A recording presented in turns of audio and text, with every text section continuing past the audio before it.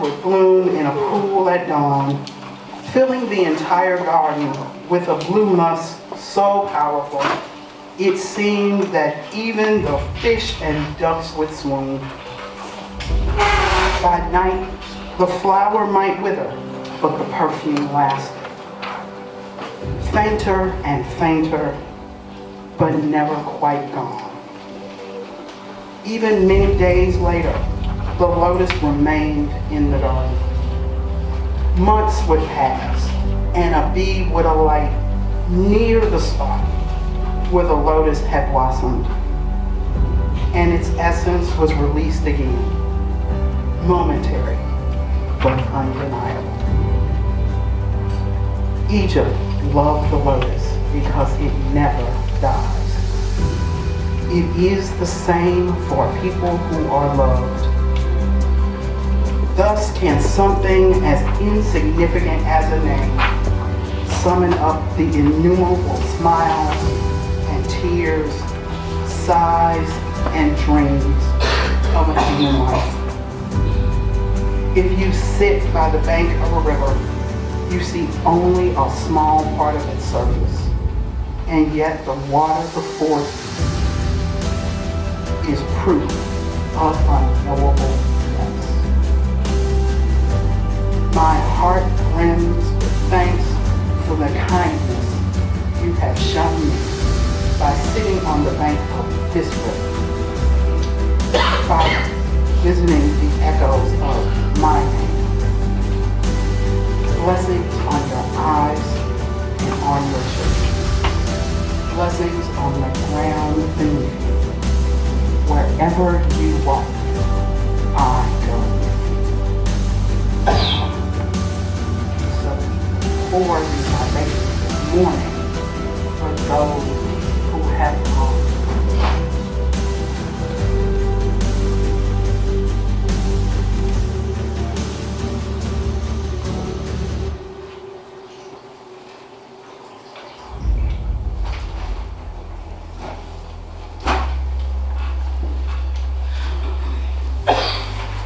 For many, many years.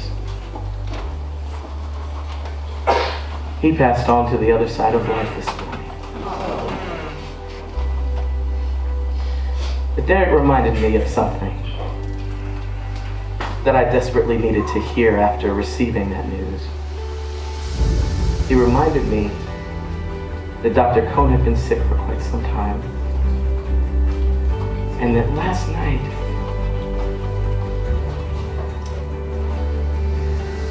we helped to sing him home.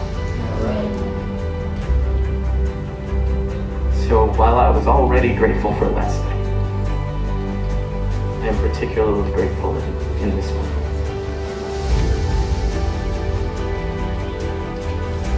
Elders. This is a term and a responsibility we carry with us in diaspora from the motherland. It is not just a word or a duty or an age, but it is the literal and physical bond that carries the lifeblood and the life force of a people from generation to generation to generation and to generation. One piece of writing describes the responsibility of elders as the ones who correct imbalances, who maintain peace, and those who revitalize community life in a direction toward truth and justice.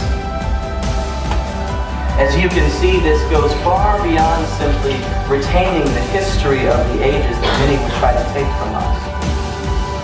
By relaying the stories, lives, and ways of our ancestors, our elders, teach us what it means to be human.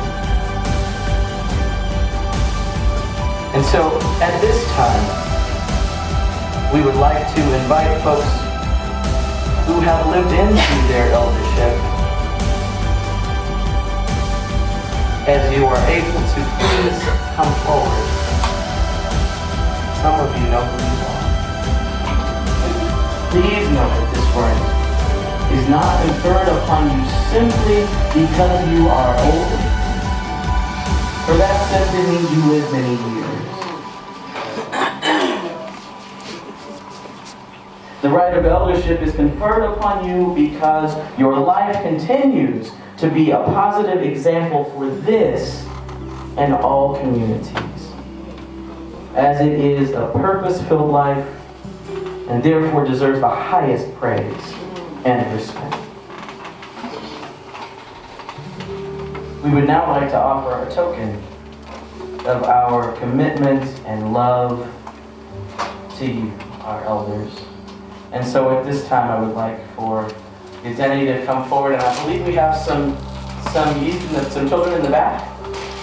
You know who you are, I believe. To come forward.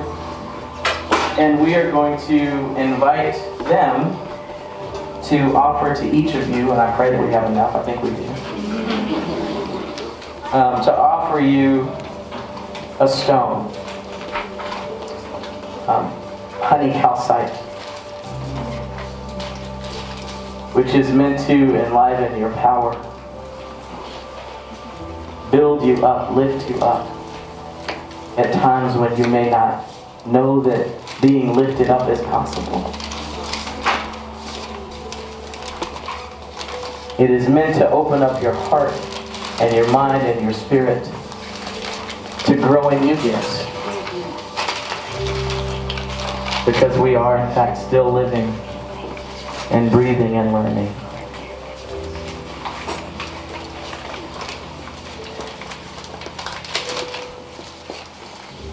Does everyone have one? All right. Thank you so much.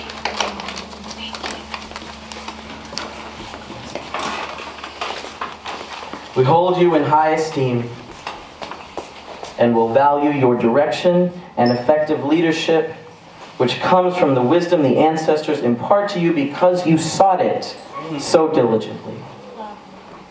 Ashe, Ashe, Ashe. For you are blessed among all people, and we give you honor and live in gratitude and thanksgiving for your wisdom and commitment to our community's very existence. Bless you and thank you. Amen.